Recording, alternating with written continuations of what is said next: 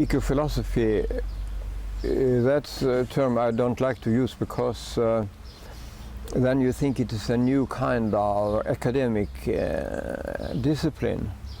Because philosophy today in the West especially then has to do with intellectual games you play in philosophy departments, and to ask a full professor in a philosophy department what's the relation of what you are teaching to your life, they might laugh and say, I will never be a professor of philosophy here if it had anything to do with my life. That's completely irrelevant.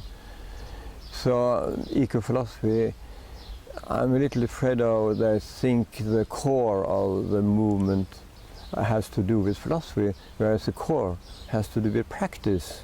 And if you have a lot of training in articulation, as most people have who are going to college and university, then it is your obligation to formulate some of this, talking about it.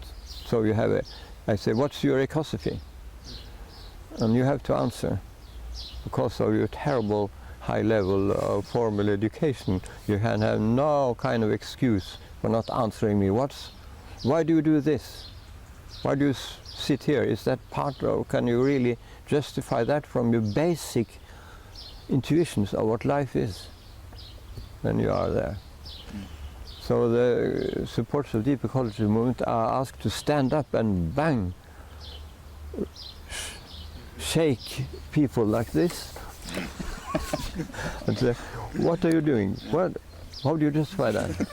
So the deep ecology movement have, in the sense of Gandhi, of course, what he calls constructive program. If we want to change anything in society, live with those who are opponents.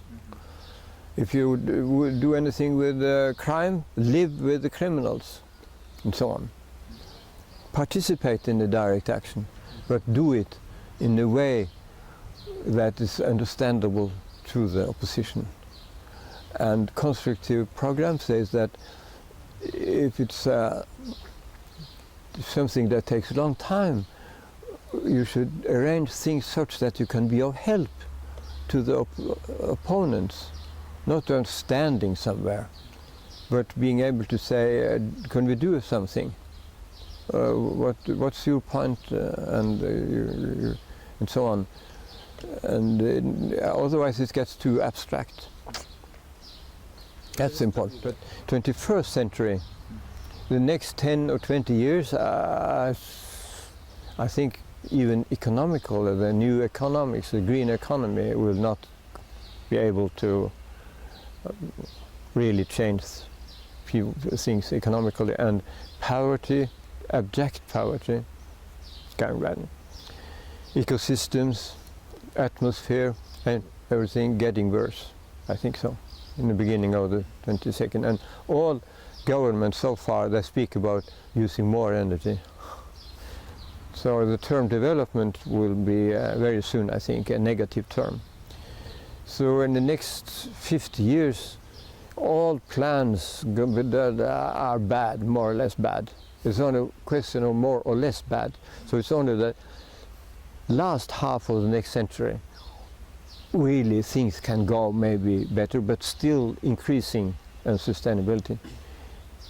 It's going to be worse and worse next century, but what do you do now is important. It depends on you, what you do now, today, this week, this month. If you do not behave as you should now, we get still further down in next century.